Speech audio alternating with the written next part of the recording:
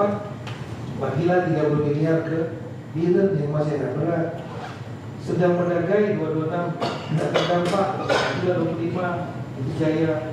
Labuan Batu Selatan tinggi 80, Bantul 25 ke Aceh Tengah yang sekarang berat. Siantar 164, Bantul 25 ke Udang Meriam. Labuan Batu demikian. Nah, sehingga kami harapkan daerah-daerah yang berat ini mereka punya tambahan anggaran supaya mereka bisa bekerja, menyelesaikan masalah yang kecil-kecilan, yang berat. Dari update terakhir dari pagi, dari 8 kepala daerah yang Kota Medan dan seterusnya ini yang sudah membuat surat pernyataan komit akan melakukan hibah adalah 3, yaitu Simalungun, Asahan, dan Kota Bangsa.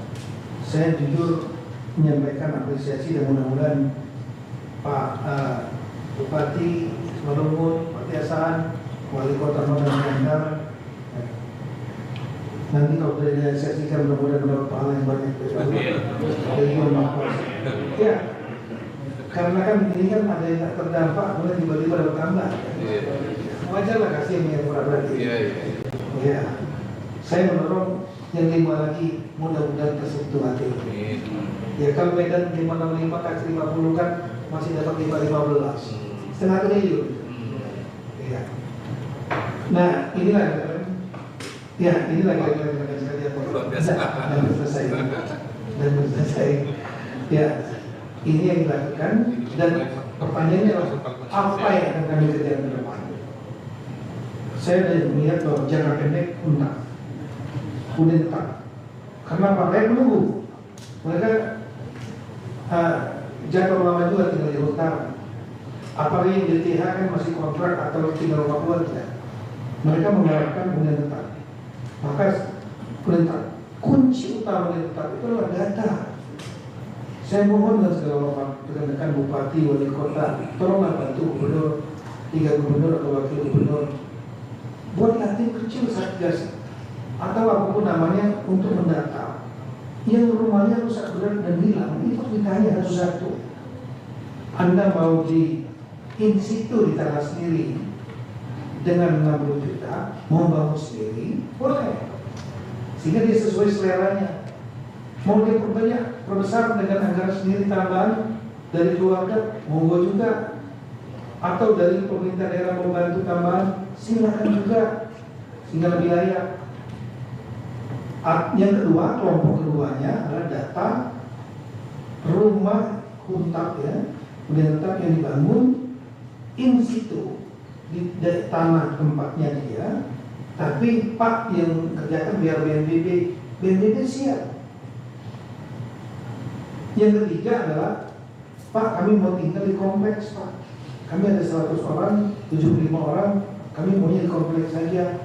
Fine, Pemda segera siapkan tanahnya di mana dan perintah presiden jelas, semua tanah milik negara termasuk juga yang punya BUMN itu bisa dipakai untuk prioritas bagi penyintas bencana yang rumahnya hilang atau berat rusak, ya, nggak bisa dipakai lagi. Nah itu dibuat tanah siapkan Pemda, by address orangnya. Saya tinggal menyerahkan kepada Menteri PKP Pak Aras Raid lebih sangat dari siap untuk membangunkan, sampai mengatakan yang mau membangunkan siap, tapi yang minta dibangunkan lambat-lambat. Nah ini jadi sekali lagi kesempatan bagi saya sangat baik dan juga bisa biar jelas juga di publik kenapa huntapnya agak berjalan lambat ya datanya. Kalau data berada cepat, saya sangat yakin. Dan nanti itu dibuat juga sudah rencana untuk pembangunan 3 provinsi ini dalam waktu 3 tahun. Itu setahu saya untuk sementara exercise-nya lebih kurang sekitar 130 triliun, lebih kurang.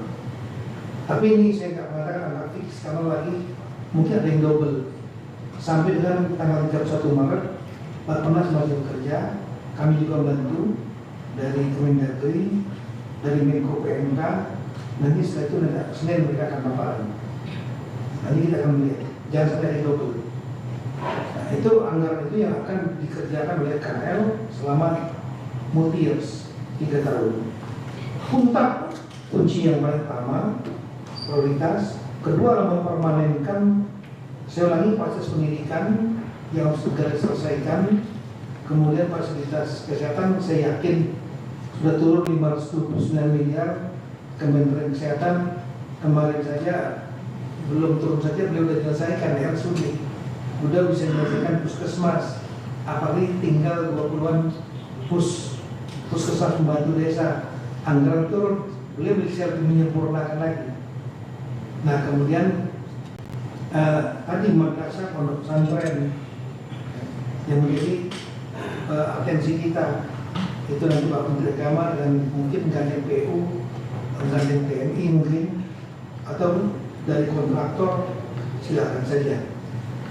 Nah, kemudian yang menjadi prioritas kita ke depan juga adalah mempermanenkan jembatan-jembatan yang temporer, mempermanenkan jalan-jalan yang temporer menjadi permanen lagi supaya bisa dilalui kendaraan-kendaraan besar.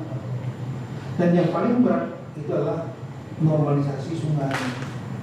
Sungai ini berat, kalau 79 panjang lagi. Dan ada yang harus menggunakan sabodam, tidak bisa enggak, seperti di Tuka dan di Blangcut, di apa namanya itu satu kecamatan di Pidijaya, itu nggak bisa. Ya, itu kalau hanya dikerok saja nggak akan selesai. Karena aliran dari atas debit airnya sangat tinggi, hanya bisa dikurangi dengan sistem sabodam dan bertingkat. Kalau bisa dikatakan air sabodam itu seperti ini.